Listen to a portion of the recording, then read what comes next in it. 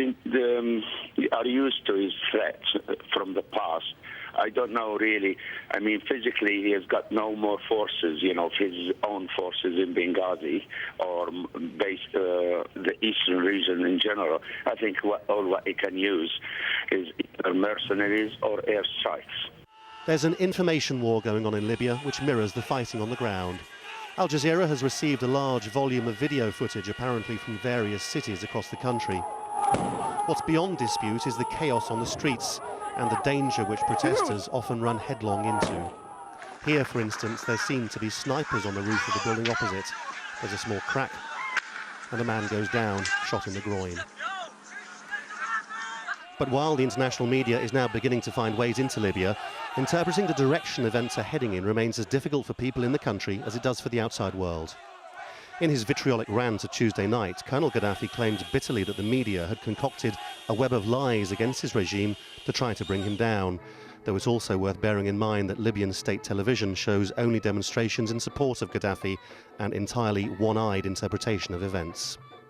The latest rumour, again unverifiable unless it happens, is that Gaddafi has threatened to blow up his oil pipelines, which would bring havoc to a country already beset by poverty and would have ramifications on oil prices across the world.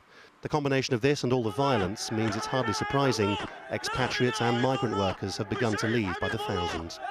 One of the few certainties at the moment, following the apparent decision by the international community not to commit to intervening directly in Libya's affairs, is that Gaddafi's fate rests with his own people and nobody else. Lawrence Lee, Al Jazeera. Our correspondent Huda Abdul Hamid sent us this from the city of Tobruk in Libya.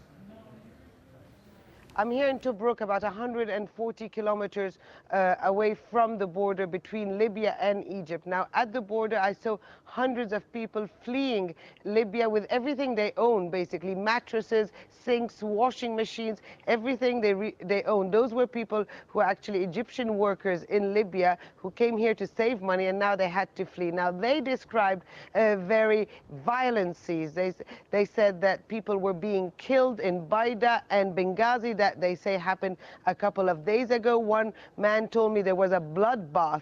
They did say that the situation is still very chaotic and people are extremely scared, especially after the speech of Muammar Gaddafi. People thought that would be a threat and they thought that they better leave now before waiting to see what would happen next. From what I've seen, I would say that the people of eastern Libya are the ones in control. Certainly there were no officials at the border. We were just welcomed through the border all along the road. We didn't see one policeman, we didn't see one soldier, and people here did tell us that they have all fled or are in hiding and that they are now in charge of this part of the country, meaning all the way from the border to Tobruk and then all the way up to Benghazi. They say that now they are going to keep the control and the security of this area, and they're certainly, as they say it, not going to allow any soldiers or security forces from the central government to come here. Where I am exactly, it's very calm, and from what people tell me,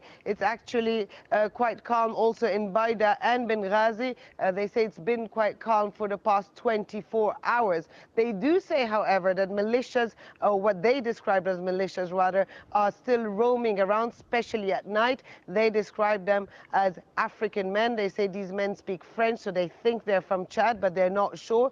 They say that these militias do appear on the roads, do cause really panic among the civilian population, and they do describe sometimes very strong and violent fights between the residents here and these militias. They do say that they still have to put under control that situation.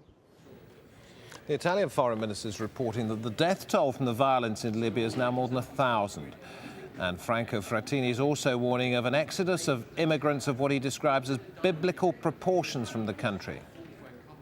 We have no complete information about the number of people that have died. We believe that the estimates about 1,000 are credible.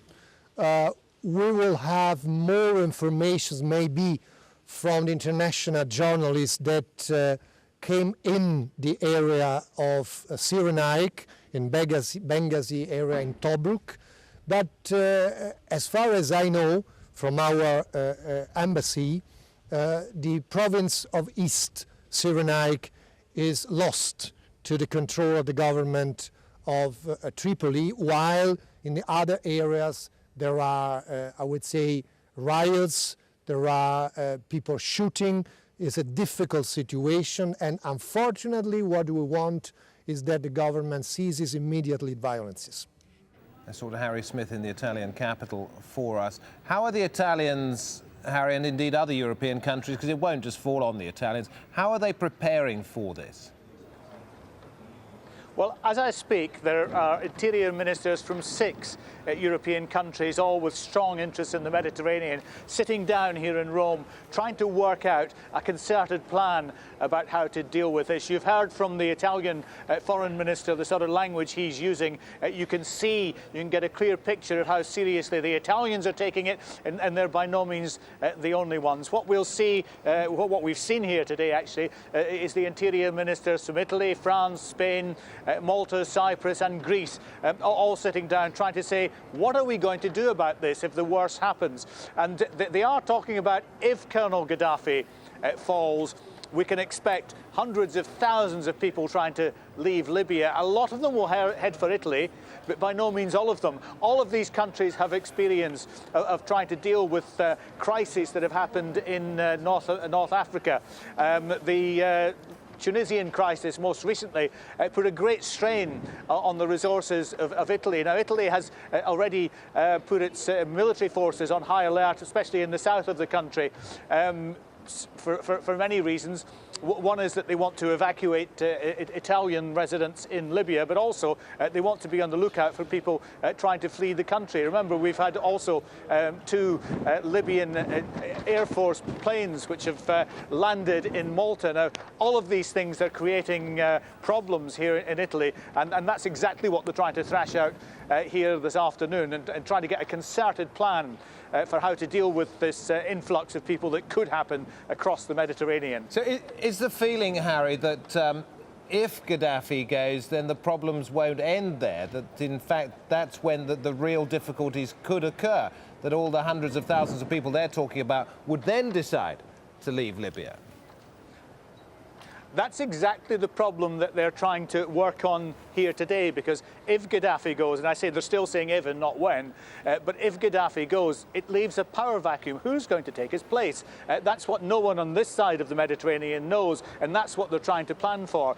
They're trying to plan for a situation which would be chaotic, which might see loads of people try to leave the country. What do they do if they all try and end up on the shores of southern Europe? And it's not just southern Europe that is concerned with this. Tomorrow we'll see a meeting of Foreign Office and Justice Ministers in Brussels. All 27 members of the European Union are concerned about this problem, because if there is huge migration into southern Europe, that will spread further north. This is a problem for the whole of Europe, and that's what we'll see them tackle tomorrow. Harry Smith, thanks very much indeed. Keep an eye on that foreign ministers' meeting taking place in Rome. And from the international community, there has